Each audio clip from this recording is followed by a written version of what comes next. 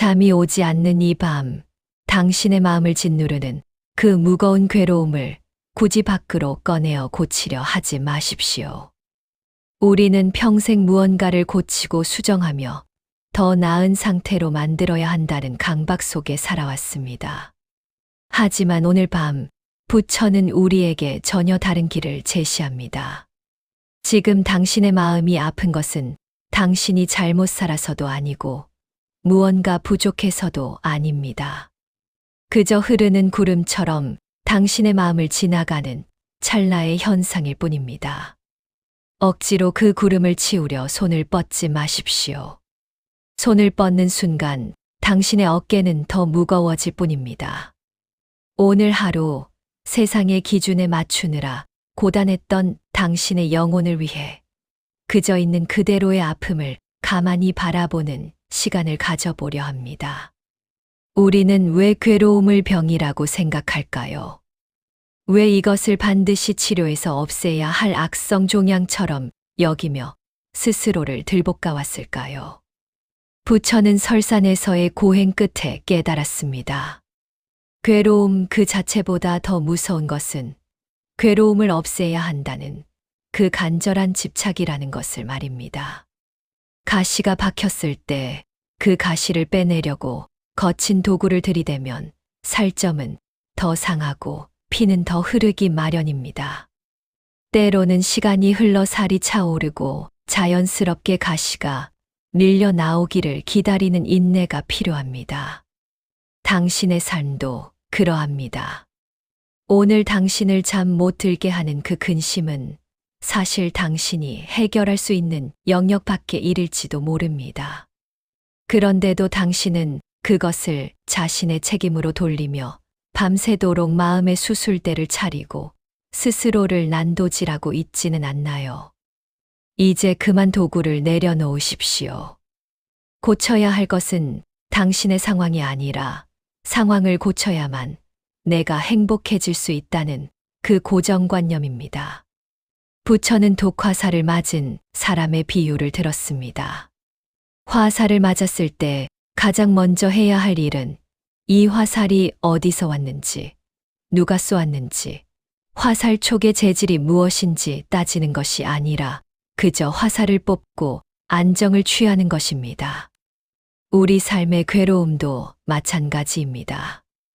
왜 나에게 이런 일이 생겼을까? 내가 무엇을 잘못했을까를 따지는 것은 독화살을 맞은 채 범인을 잡으러 뛰어다니는 것과 같습니다. 그럴수록 독은 온몸으로 퍼져나갈 뿐입니다.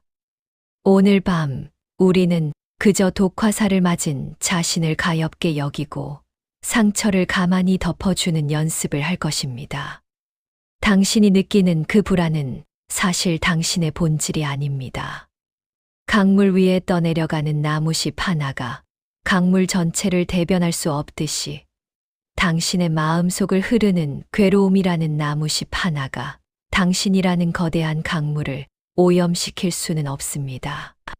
나무잎은 흐르게 두면 결국 바다로 나갑니다. 그것을 붙잡아 강둑에 세워두려 하기에 문제가 생기는 것입니다.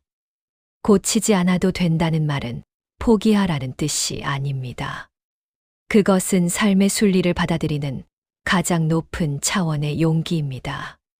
바람이 불면 나무가 흔들리는 것이 당연하듯 삶의 풍파에 마음이 흔들리는 것은 당신이 살아있다는 증거입니다. 흔들리는 나무를 쇠사슬로 묶어 고정하려 하면 결국 나무는 부러지고 맙니다. 그저 흔들리게 두십시오.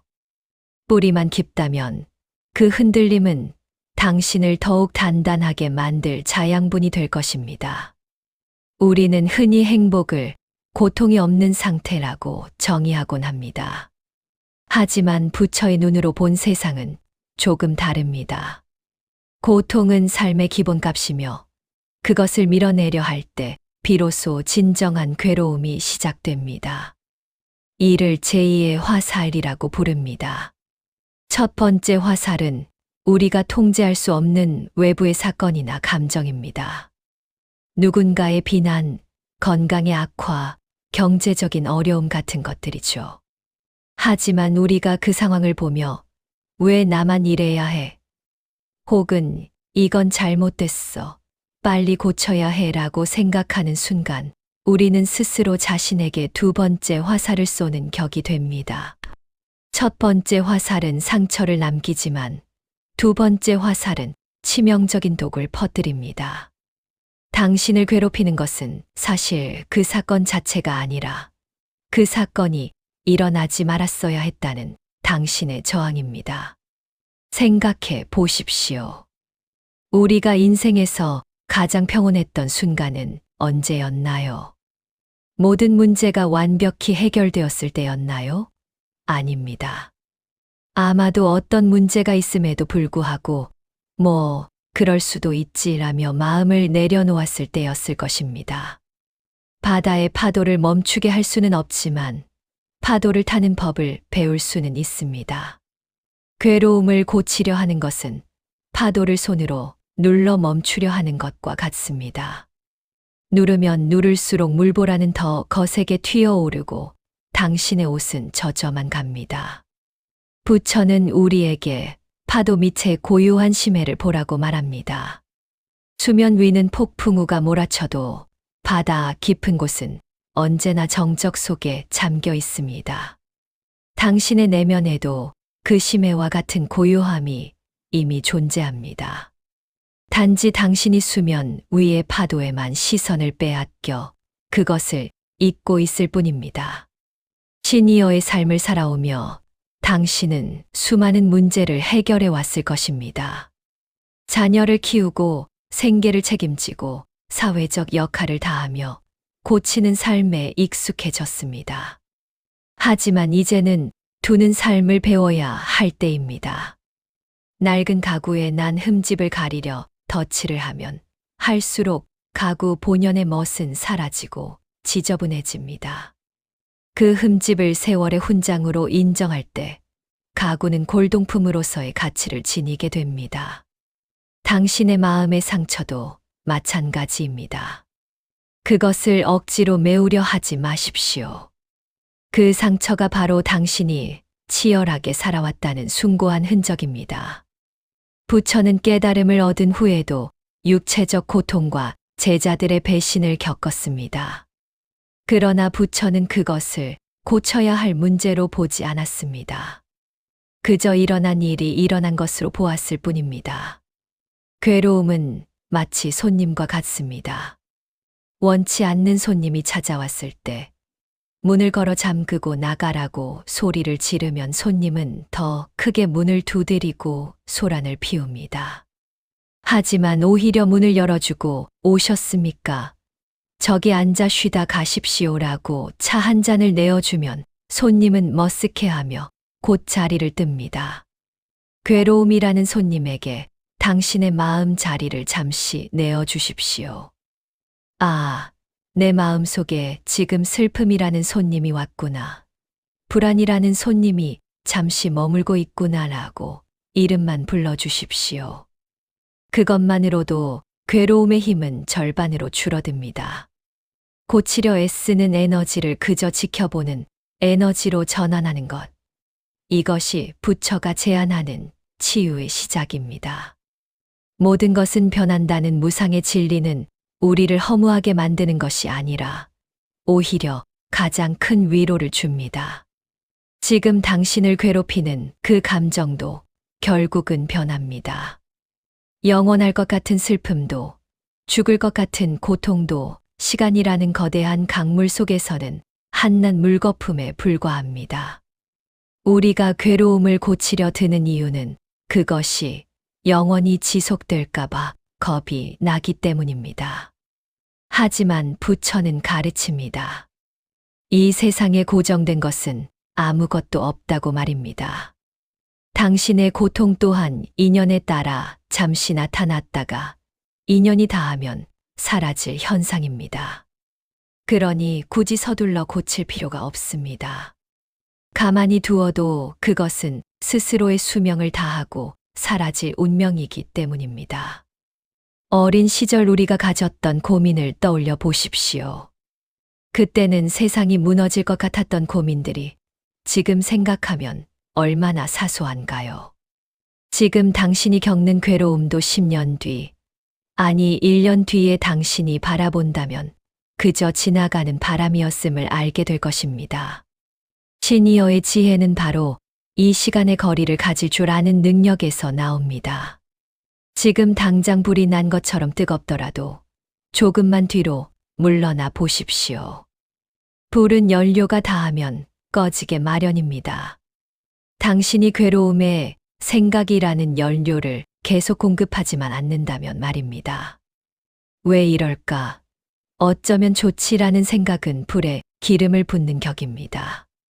그 생각을 멈추고 그저 불꽃의 모양을 관찰하십시오. 어느덧 불길은 잦아들고 재만 남을 것입니다. 우리는 흔히 내 마음이라고 말하지만 사실 마음은 내 마음대로 되지 않습니다. 내 마음대로 되지 않는 것을 어떻게 내 거지라 할 수 있겠습니까? 마음은 기상현상과 같습니다. 맑은 날이 있으면 흐린 날이 있고 비가 오는 날이 있는 것이 자연의 섭리입니다. 비가 온다고 해서 하늘이 잘못된 것이 아니듯 우울감이 찾아온다고 해서 당신의 삶이 잘못된 것이 아닙니다. 우산을 쓰고 비가 그치기를 기다리듯 당신의 마음에도 비가 그칠 시간을 허용해 주십시오. 억지로 해를 띄우려 하지 마십시오. 밤이 깊어야 새벽이 오듯 괴로움의 깊이를 충분히 경험한 영혼만이 진정한 평온의 빛을 발견할 수 있습니다. 부처는 제자들에게 자신을 섬으로 삼고 법을 섬으로 삼으라고 했습니다. 외부의 상황이 아무리 요동쳐도 흔들리지 않는 내면의 섬을 만들라는 뜻입니다. 그 섬은 괴로움을 모두 없앤 깨끗한 땅이 아닙니다. 괴로움이 파도처럼 밀려와도 그것이 섬의 본질을 바꿀 수 없음을 아는 단단한 마음의 집안입니다. 오늘 당신의 괴로움을 고치지 않아도 되는 이유는 당신이라는 섬은 이미 충분히 견고하기 때문입니다. 파도가 조금 높게 친다고 해서 섬이 가라앉지는 않습니다. 잠시 젖을 뿐입니다. 바람이 잦아들면 볕에 금방 마를 것입니다. 당신의 인생이라는 섬은 수많은 파도를 이미 견뎌왔음을 기억하십시오. 무언가를 고치려 한다는 것은 아직도 내 안에 욕심이 남아있다는 증거이기도 합니다. 내가 원하는 모습이 따로 있고 현재의 모습이 그에 미치지 못하니 그것을 억지로 뜯어고치려 하는 것입니다. 시니어의 시기는 채우는 시기가 아니라 비우는 시기입니다. 내가 옳다는 생각, 내가 건강해야만 한다는 생각, 내 자식이 잘 되어야만 한다는 생각들. 이 모든 해야만 한다는 당위성이 괴로움의 뿌리입니다. 부처는 손바닥 위에 모래를 쥐고 있는 사람과 같습니다. 꽉 쥐려 할수록 모래는 손가락 사이로 빠져나가지만 손바닥을 활짝 펴면 모래는 그 위에 평온하게 머뭅니다. 당신의 괴로움도 꽉 쥐어 해결하려 하지 말고 손바닥을 펴듯 마음을 열어 그냥 두어 보십시오. 진정한 치유는 역설적이게도 치료를 포기할 때 일어납니다. 암 환자들이 죽음을 수용하고 마음을 비웠을 때 기적적인 호전이 일어나는 사례를 우리는 종종 봅니다.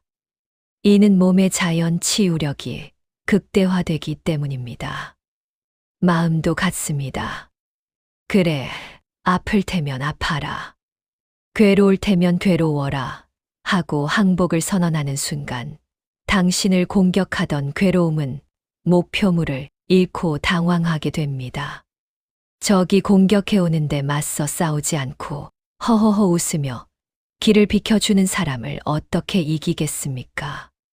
당신을 괴롭히는 생각들에게 길을 비켜주십시오. 그들이 당신의 마음 마당을 지나가게 두십시오. 당신은 그저 대청마루에 앉아 그 뒷모습을 지켜보는 주인이 되면 그뿐입니다. 인생의 후반전에서 우리가 얻어야 할 가장 큰 보물은 너그러움입니다. 타인에게 너그러운 것보다 더 중요한 것은 바로 자기 자신에게 너그러워지는 것입니다. 오늘 참 힘들었지. 괴로워해도 괜찮아. 고치지 못해도 괜찮아. 지금 이대로도 너는 충분히 고귀하다라고 스스로에게 말해줄 수 있어야 합니다. 완벽한 도자기는 아름답지만 깨진 틈을 금으로 메운 킨츠기 도자기는 그 상처 때문에 세상에 하나뿐인 예술품이 됩니다. 당신의 찢긴 마음, 고쳐지지 않은 우울, 해결되지 않은 고민들이 바로 당신의 인생을 빛나게 하는 황금선이 될 것입니다. 부처는 상처 없는 영혼을 예찬하지 않았습니다. 상처를 통해 진리를 보는 영혼을 축복했습니다. 지금 이 순간 당신의 호흡에 집중해 보십시오. 숨이 들어오고 나가는 것. 이것이야말로 생명의 가장 본질적인 활동이며 여기에는 고쳐야 할 것이 아무것도 없습니다. 숨은 스스로 들어오고 스스로 나갑니다. 당신이 애쓰지 않아도 생명은 흐르고 있습니다. 당신의 고통도 이 호흡과 같습니다. 거칠게 몰아쉴 때가 있으면 고요하게 가라앉을 때가 있습니다. 호흡을 고치려 들면 숨이 가빠지듯 마음을 고치려 들면 영혼이 질식합니다. 그저 숨 쉬듯 괴로움을 대하십시오. 아, 괴로움이 들어오는구나. 아, 괴로움이 나가는구나.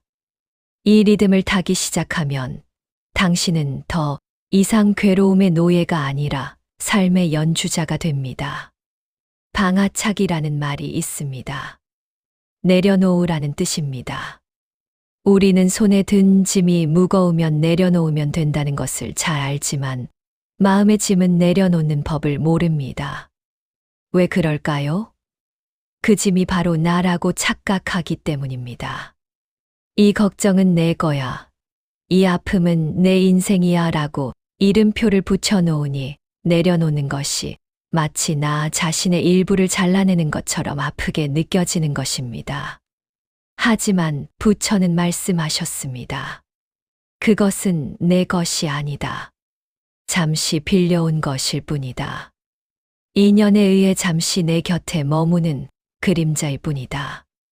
그림자를 떼어내려고 가위를 들고 설치는 사람을 상상해 보십시오. 얼마나 우스꽝스럽습니까? 몸을 움직이면 그림자는 따라오고 빛이 사라지면 그림자도 사라집니다. 오늘 밤 당신이 해야 할 유일한 일은 아무것도 하지 않는 것입니다. 괴로움을 분석하지 마십시오. 해결책을 찾으려 유튜브를 뒤지거나 책을 들추지 마십시오.